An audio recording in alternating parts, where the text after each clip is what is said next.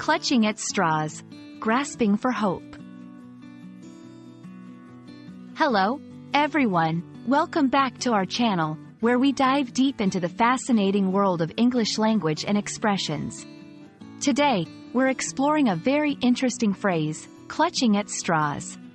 This expression is packed with meaning and history, and by the end of this video, you'll understand not just what it means but also how to use it effectively in your conversations.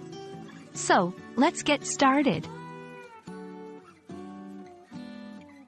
The phrase, clutching at straws, is used to describe a situation where someone is in a desperate position and is trying to find hope or a solution in very unlikely places. It paints a picture of a person drowning, trying to save themselves by grabbing at floating straws, which, of course, cannot support their weight. This metaphor beautifully captures the essence of making a futile attempt to solve a problem when all better options have been exhausted.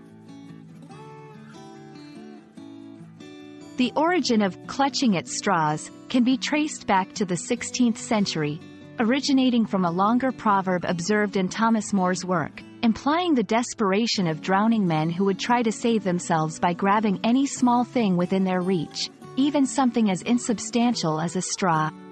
Over time, the phrase has been shortened and simplified to the version we use today, but the essence of desperation and futile hope remains unchanged. To help you grasp how to use clutching at straws in everyday conversation or writing, here are a few examples.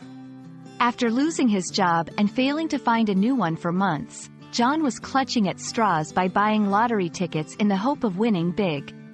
In the final moments of the debate, realizing she had no strong arguments left, she started clutching at straws, bringing up irrelevant points. The theory is so far-fetched, it feels like the researchers are clutching at straws to prove their point. Understanding phrases like clutching at straws enriches your language and helps you convey complex ideas with simplicity and elegance. We hope this video has shed light on this intriguing expression and you're now more confident in using it. Remember, language learning is a journey filled with discoveries. Keep exploring, and don't hesitate to reach out for those straws of knowledge. Thank you for watching, and see you in our next video.